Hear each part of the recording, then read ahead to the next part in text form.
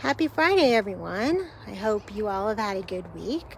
I wanted to go live today with my 5 on Friday, and hopefully something I say will help to encourage you. So anyways, I wanted to start with my garden. It is an amazing miracle, but it is still alive.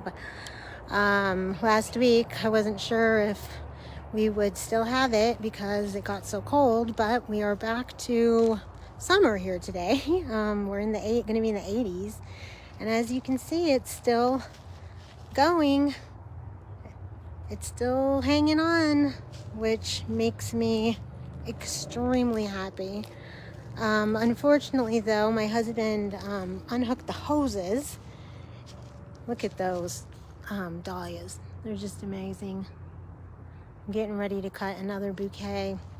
So anyways, he unhooked the hoses because of the frost, and now it is too hard to get them back on, he says, and so I'm trying to water it by hand, but that's very difficult because carrying the water is super heavy.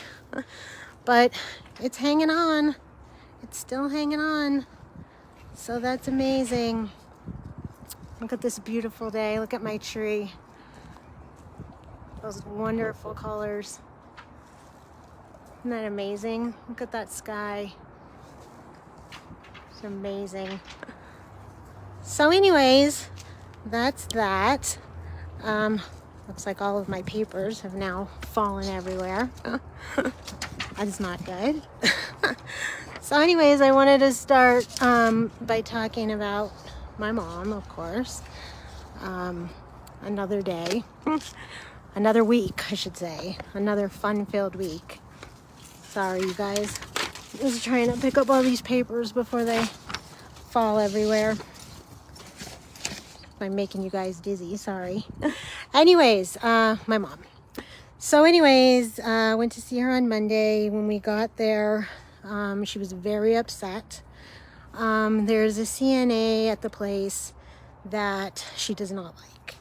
And I guess she said that he had gotten very upset with her and mean to her, and she was very upset about it.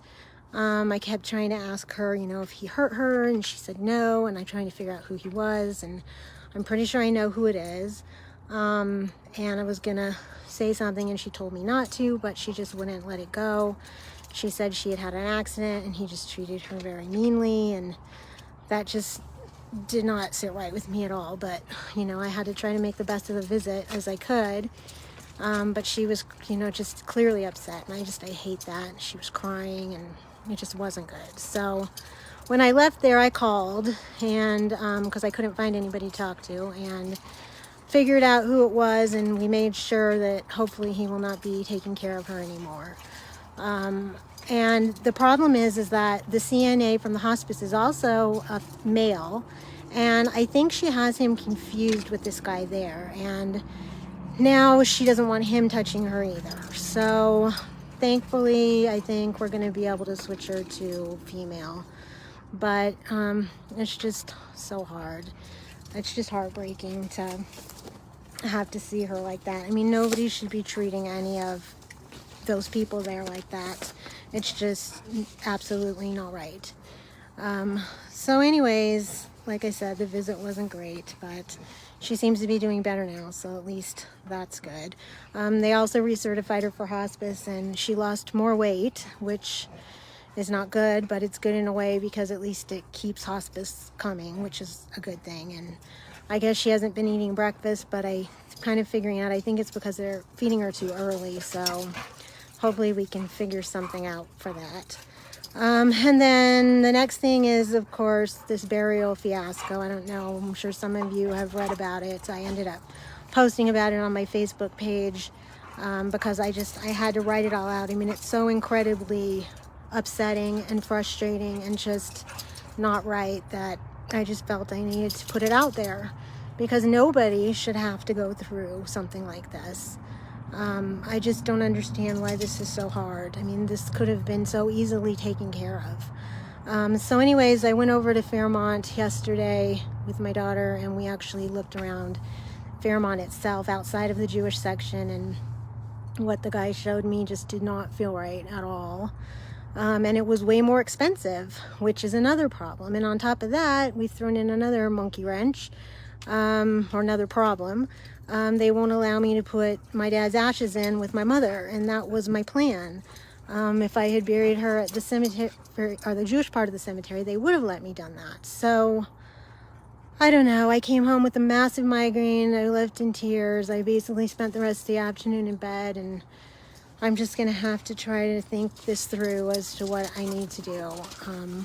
I don't get it, but I'm going to have to also find another rabbi, and thankfully I have got some really good support, and people are trying to help me with that, so I'm eternally grateful for that.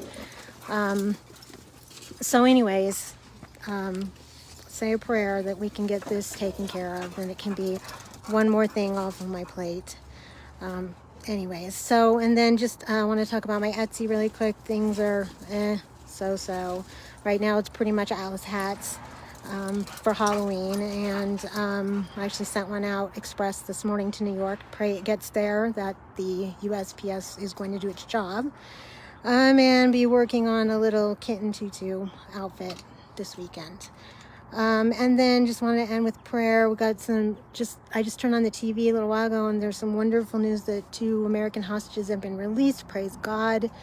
Thank God. Let's hope that, they're in good condition, that they'll be able to be okay after this, but at least it gives us a little bit of hope that hopefully the rest of the hostages can be saved.